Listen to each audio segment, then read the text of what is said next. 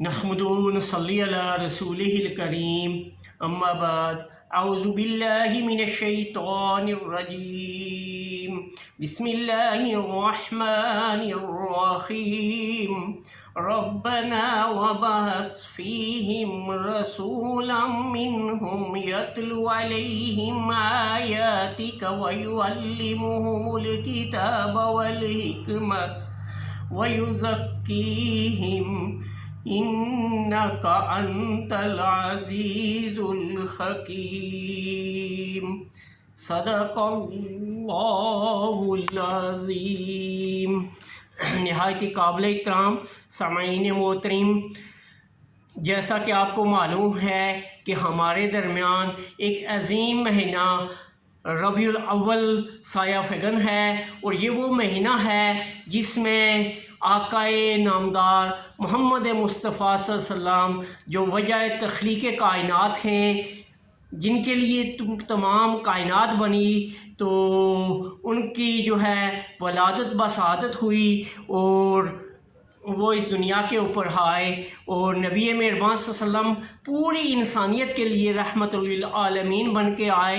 اور اللہ رب العالمین کے نظام کو اس دنیا کے اوپر نافذ کرنا آپ کا مشن تھا، اور اسی مشن کی دعا حضرت ابراہیم علیہ السلام نے کی تھی، اور نبی مہربان محمد مصطفیٰ صلی اللہ علیہ وسلم فرمایا کرتے تھے کہ میں اپنے آبا حضرت ابراہیم علیہ السلام کی دعا ہوں، اور میں نے آج آپ کے سامنے وہی دعا جو ہے، وہی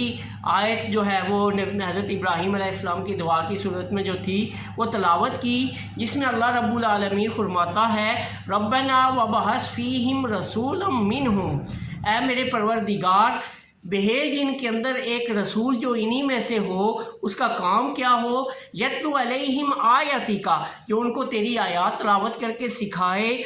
وَيُعَلِّمُهُمُ الْكِتَابَ وَالْحِکْمَةَ، اور ان کو کتاب حکمت کی تعلیم دے، وَيُزَکِّیہم، اور ان کا تزکیہ کرے، اِنَّکَ أَنْتَ الْعَزِیزُ الْحَکِیم، بے شک تو بہت بڑا عزیز اور حکمت والا ہے۔ تو سامعین محترم، جب ہم اس آیت کے